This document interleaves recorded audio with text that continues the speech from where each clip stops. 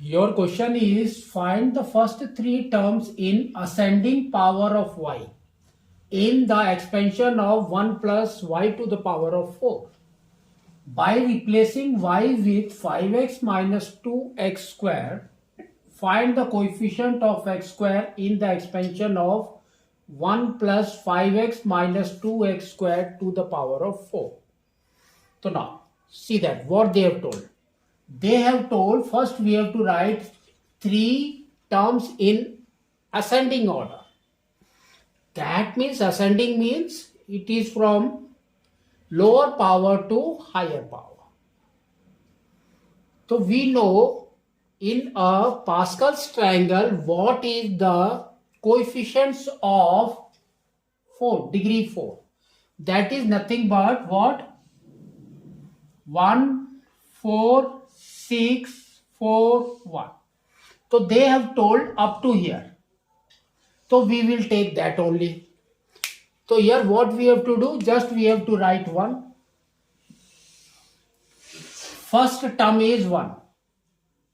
And the power is maximum, that is 4. And second term is y. And the power is 0. Next comes your 4. 1, first term power reduces from 4 to 3 and the second term power will increase from 0 to 1 plus 6. First term power will reduce from 3 to 2 and for the second term power will increase from 1 to 2. So if you solve this we will get y to the power of 0 is 1. So here you will get 1 plus 4y plus 6y square. Now what they have told us, instead of y we have to replace this value 5x minus 2x square and we have to find out the coefficient of x square. So just we will replace it. Here y is there, just we will write it as 5x minus 2x square. Here also y square is there, just we will write 5x minus 2x square and the power is square. So just solve this. What we will get? Here 1 is there, need not to take this. Y means here x square will not come. Here it will come.